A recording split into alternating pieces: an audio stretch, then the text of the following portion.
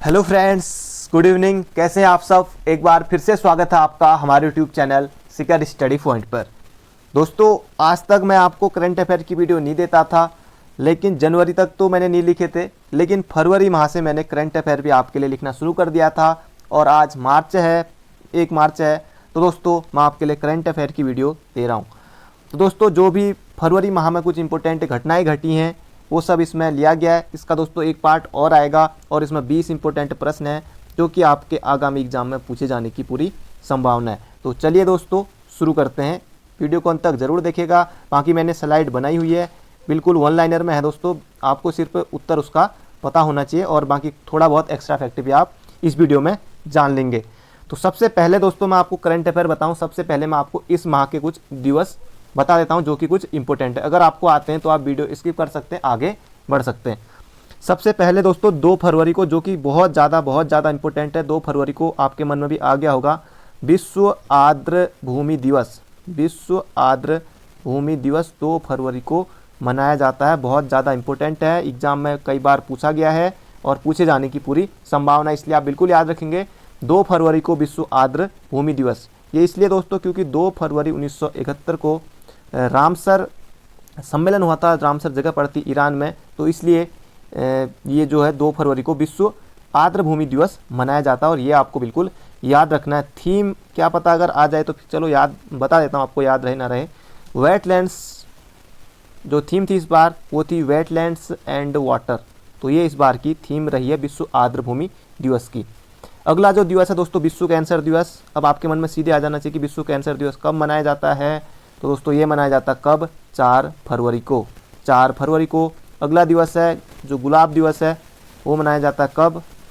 12 फरवरी को। तो ये आपको बिल्कुल याद रखना है। आपका जो फेवरेट डे है दोस्तों वह कौन सा है? Valentine day. ये आपको बताने की ज़रूरत नहीं है, लगभग सभी को याद रहता है कि ये कब मनाया जाता है। 14 फरवरी को, क्योंकि ये भी एग्जाम में पूछ लिया गया था, इसलिए बताना ज़रूरी है। अगला जो इम्पोर्टेंट दिवस आता है दोस्तों फरवरी का, वो है अंतर्राष्ट्रीय मातृभाषा दिवस। मातृभाषा दिवस, तो ये मनाया जाता है कब दोस्तों? 21 फरवरी को। 21 फरवरी को, इसलिए दोस्तों मैंने स्लाइड नहीं बनाई, मैंने सोचा कि ऐसे बता दूंगा, बाकी और के लिए स्लाइड बनाई हुई है। और दोस्तों इसके अलावा जो और दिवस की बात करें वो है केंद्रीय उत्पाद शुल्क दिवस। केंद्रीय उत्पाद शुल्क दिवस कब मनाया गया था? 24 फरवरी को। 24 फरवरी को। 24 फरवरी दोस्तों, 24 फरवरी से आपके मन में 3 चीज़ें याद आनी चाहिए। मैंने आपको कई बार बताया है 24 फरवरी 1960। अब 24 फरवरी 1960 को दोस्तों सीमांत जनपदों का गठन किया गया था। ये आपने मैप देखा होगा, यहाँ पर उत्तरकाशी है और यहाँ पर हमारा चमोली और यहाँ पर है कौन सा? पिथौरागढ़ जनपद। तो इनका गठन दोस्तों 24 फरवरी 1960 को किया गया था। इनका स्थापना दिवस भी 24 फरवरी को मनाया जाता है, तो ये आपको बिल्कुल याद रखना है। बाकी एक और दिवस जो 20 फरवरी को है, जिन्होंने अपना स्थापना दिवस मनाया वो राज्य से मिजोरम ने अपना स्थापना दिवस मनाया और अरुणाचल ने अपना स्थापना दिवस मनाया, क्योंकि इनका गठन हुआ था 1987 में। एक और जो इम्पोर्टेंट दिवस है फरवरी का, वो है दोस्तों 20 फरवरी को ही है, वो है विश्व सामाजिक न्याय दिवस।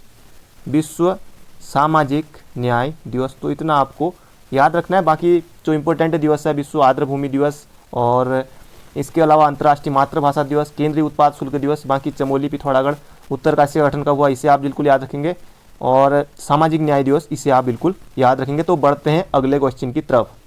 अगला क्वेश्चन आज का हमारा पहला प्रश्न है कि उत्तराखंड का बजट कब पेश किया जाएगा। अभी दोस्तों कुछ दिनों बाद, 2-3 दिन बाद ही उत्तराखंड का बजट पेश किया जाना है। इससे जो भी इंपॉर्टेंट प्रश्न होंगे वो मैं आपको ज़रूर बताऊंगा, पर आप अभी इतना याद रखिए।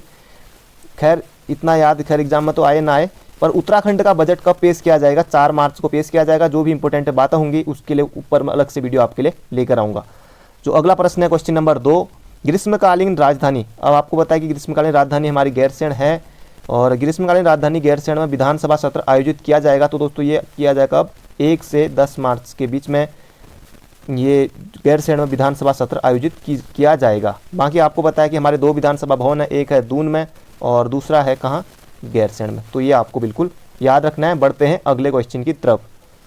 अगला क्वेश्चन दोस्तों काफ़ी इंपॉर्टेंट प्रश्न है ये भी, और जो ये चौथा प्रश्न आने वाला है, तीसरा प्रश्न है कि उत्तराखंड के पहले रेडियो स्टेशन का नाम रखा गया है, तो इसका नाम रखा गया है ओहो रेडियो। तो ये आपको बिल्कुल याद रखना है। कहाँ है दोस्तों वो रेडियो? ये आपको पता है कि ज़्यादातर देहरादून में चीज़ें होती हैं, तो देहरादून, और 3 फरवरी को इसका उद्घाटन किया गया था सीएम त्रिवेंद्र रावत के द्वारा। तो ये आपको बिल्कुल याद रखना है। अगला प्रश्न जो आता है दोस्तों, अब आपके लिए सबसे इम्पोर्टेंट है, ये मुझे लगता है कि शायद क्योंकि इनसे भी एग्जाम में प्रश्न पूछा गया है। हाल ही में हरि सिंह थापा का निधन हो गया, इनका संबंध किस क्षेत्र से था? तो दोस्तों ये अंतर्राष्ट्रीय मुक्केबाजी से इनका संबंध था। ये आपको बिल्कुल याद रखना है। मैंने एक क्वेश्चन इनके बारे में भी आपको बताया था, कुछ अगर आपने वीडियो देखी होगी। इनको दोस्तों भारतीय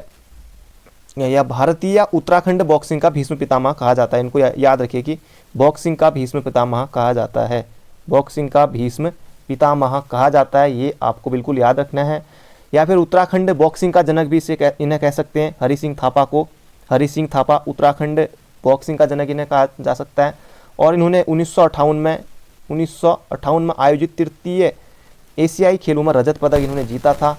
उत्तराखंड का इन्होंने भारत का प्रतिनिधित्व किया था। और अंतर्राष्ट्रीय मुक्केबाजी से इनका संबंध है हरि सिंह थापा, और ये हैं पिथौरागढ़ से इनका संबंध है। बाकी इनका जन्म उत्तर प्रदेश के किसी गांव में हुआ था, ये आपको बिल्कुल याद रखना है। इनको बॉक्सिंग गुरु भी कहा जाता है।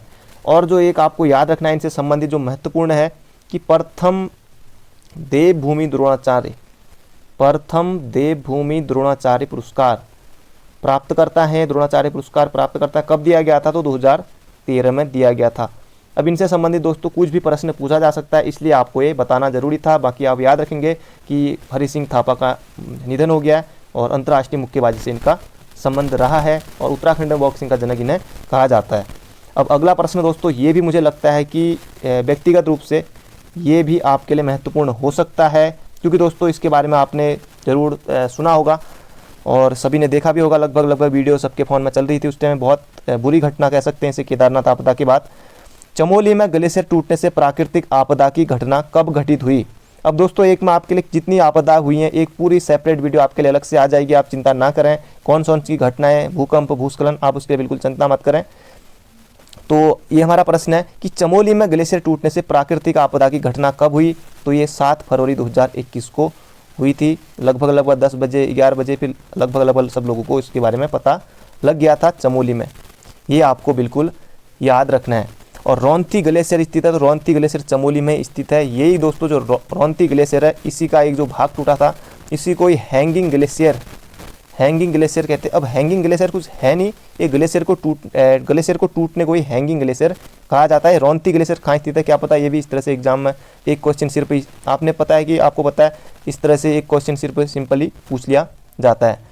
बाकी दोस्तों बहुत जान मान का नुकसान हुआ, बहुत कुछ जान गई। कोई लोगों का अभी भी पता नहीं लगा कि क्या हुआ, कहाँ गए लोग, और इस बहुत बुरा हुआ। और ऋषिगंगा तपोवन जो परियोजना थी वो भी नष्ट हो गई, और जल विद्युत परियोजना जो विष्णुगार जल विद्युत परियोजना थी वो भी इसमें नष्ट होगी। और इसके अलावा जो रोहतक ग्लेशियर है इसका हिस्सा टूटा था, और ये चमोली में, ये आपको बिल्कुल याद रखना है। और नीति घाटी भी यहीं स्थित है। और बाकी दोस्तों जो एक और जो ग्लेशियर है उसको भी टूटने की अभी बात की, जो एक कुछ चमोली में ही है, हाँ, शीला समुद्र ग्लेशियर जो कि दोस्तों चमोली में है, इसके ऊपर भी टूटने की बात की खतरा इस पर भी मंडरा रहा है कि संभावना जताई जा रही है कि शीला समुद्र ग्लेशियर, क्योंकि ये भी बहुत ज़्यादा इसमें भी टूटने की संभावना जताई जा रही है। तो ऋषिगंगा से भी ज़्यादा नुकसान होने की इसमें बात कही जा रही है। अब देखते हैं दोस्तों, उम्मीद करते हैं कि ऐसा बिल्कुल ना हो, कुछ ना कुछ इसका हल जरूर निकले। तो बढ़ते हैं अगले क्वेश्चन की तरफ। अगला प्रश्न है कि भारत में 100% साक्षरता वाला जिला बन गया है, तो ये बन गया हमारा कौन सा? देहरादून। तो देहरादून आपको बिल्कुल याद रखना है। बहुत बड़ी खुशी की बात है कि देहरादून भारत में 100% साक्षरता वाला जिला बन गया है। अगला प्रश्न है कि उत्तराखंड में किसे नगर पंचायत का दर्जा दिया जाने की घोषणा की गई है? उत्तराखंड में किसे नगर पंचायत का दर्जा दिए जाने की घोषणा की गई है? तो ये गुप्तकाशी। अब गुप्तकाशी देखते हैं, उत्तरकाशी मत कर देना, ये है कहाँ? रुद्रप्रयाग में है, ना कि उत्तरकाशी में, ये आपको बिल्कुल याद रखना है। तो बढ़ते हैं अगले क्वेश्चन की तरफ। अगला क्वेश्चन है दोस्तों, शिल्प बाजार स्थित है, तो शिल्प बाजार कहाँ स्थित है? तो ये है शिल्प बाजार कहाँ? देहरादून में। यहाँ दोस्तों गांधी शिल्प मेले का उद्घाटन हुआ था, और इसलिए ये ज़रूरी है कि शिल्प बाजार कहाँ स्थित है, क्योंकि कई बाजार पूछ ली जाती है, कुलोड़ी बाजार, लंडौर बाजार, लाल कुर्ती बाजार, इस तरह से कहाँ है? तो इसलिए इम्पोर्टेंट हो जाता है। बढ़ते हैं अगले क्वेश्चन की तरफ। अगला प्रश्न है कि निजमुला घाटी किस जनपद में स्थित है? तो ये भी चमोली में है। निजमुला घाटी, नीति घाटी, माणा घाटी, सब ज़्यादातर जो रोहंती ग्लेशियर अभी मैंने आपको बताया ये भी चमोली में है, और शिला समुद्र ग्लेशियर ये भी चमोली में है, बुग्याल भी चमोली में है, और निजमुला घाटी ये चमोली में है। ये इसलिए क्योंकि चर्चा में आया कि ये मुख्यमंत्री त्रिवेंद्र रावत यहाँ जाने वाले पहले मुख्यमंत्री बने हैं, और यहीं एक दुर्मी ताल, हाँ दुर्मी ताल भी यहीं स्थित है निजमुला घाटी में। दुर्मी ताल क्योंकि तालों से भी अक्सर क्वेश्चन बने हैं, कोई भी ताल हो जैसे उत्तरकाशी के ताल हो, नैनीताल के ताल हो, चमोली के ताल हो, तो दुर्मी ताल ये भी चमोली में। अगर आपको तुक्का भी मारना है तो आप तुक्का भी दुर्मी ताल चमोली में, अगर आपको नहीं आ रहा है तो ज़्यादा ताल वहीं है तो इसलिए आप तुक्का भी वहीं मारेंगे। अगला प्रश्न है कि किस प्रवासी पक्षी को हाल ही में आसन बैराज में देखा गया जिसे आसन कंजर्वेशन रिजर्व का राजा कहा जाता है? यह है पलास फिश ईगल। तो ये आपको बिल्कुल याद रखना है। जो आसन बैराज की स्थापना हुई थी दोस्तों, ये कब हुई थी? तो 1967 में हुई थी। और आसन वेटलैंड संरक्षण आरक्षित की स्थापना कब हुई थी? तो 2005 में, और ये देहरादून में है। आपको बताने की ज़रूरत होनी नहीं चाहिए उसे क्योंकि आप पढ़ चुके हैं, और 444 वर्ग हेक्टेयर में फैला हुआ है, तो इतनी बात आपको पता होनी चाहिए क्योंकि यहाँ से पक्षियों के लिए प्रसिद्ध है। कई बार एग्जाम में यहाँ से प्रश्न बना है। अगला प्रश्न है कि आपके द्वार पहुँचा हरिद्वार, आपके द्वार पहुँचा हरिद्वार ये अभियान चलाया ये गायत्री तीर्थ के द्वारा। गायत्री तीर्थ दोस्तों ये देहरादून में है, और पहले इसको शांति कुंज के नाम से जाना जाता था, और शांति कुंज वर्तमान में गायत्री तीर्थ, और 1971-72 में इसकी स्थापना हुई थी। ये आपको बिल्कुल याद रखना है। पंडित स्वामी राम शर्मा के द्वारा इसकी स्थापना की गई थी, ये आपको याद रखना है। बाकी ये देहरादून में। तो बढ़ते हैं अगले क्वेश्चन की तरफ। अगला क्वेश्चन है हाल ही में किस जल विद्युत परियोजना को पर्यावरणीय स्वीकृति प्रदान की गई है? तो यह है लखवाड़ परियोजना दोस्तों। लखवाड़ जो कि कहाँ है? देहरादून में है, और देहरादून में है किस नदी पर है? तो यमुना नदी पर है। ये आपको याद रखनी है। और लगभग की 300 मेगावाट की ये परियोजना है। कुछ कारणों से काम रुक गया था तो इसलिए इसको फिर से पर्यावरणीय स्वीकृति प्रदान की गई है। 300 मेगावाट की परियोजना है। लखवाड़ ये है देहरादून में। ये आपको बिल्कुल याद रखना है हिमाचल और उत्तराखंड के। अगला प्रश्न है कि उत्तराखंड में अंतर्राष्ट्रीय वैदिक महाविद्यालय का निर्माण किए जाने की घोषणा की गई है। तो दोस्तों ये टिहरी झील के किनारे इसकी घोषणा ये बनाया जाएगा उत्तराखंड में अंतर्राष्ट्रीय वैदिक महाविद्यालय। तो ये आपको बिल्कुल याद रखना है। तो बढ़ते हैं दोस्तों अगले क्वेश्चन की तरफ। अगला प्रश्न है कि उत्तराखंड के किस ग्लेशियर का तीव्रता से खिसकना चिंता का विषय बन गया है? तो अभी मैंने आपको 2 ग्लेशियर तो अभी बताए, रोहंती ग्लेशियर, शिला समुद्र ग्लेशियर, और अब अगला जो ग्लेशियर है ज़्यादा चिंता का विषय बना हुआ है तो ये है गंगोत्री ग्लेशियर। ये दोस्तों वैसे जो नॉर्मल ग्लेशियर खिसकने की दर है वो दोस्तों वो है लगभग की 10 मीटर नहीं 10 सेंटीमीटर प्रति वर्ष, और ये लगभग ज़्यादा खिसक रहा है तो 20 सेंटीमीटर प्रति वर्ष ये खिसक रहा है।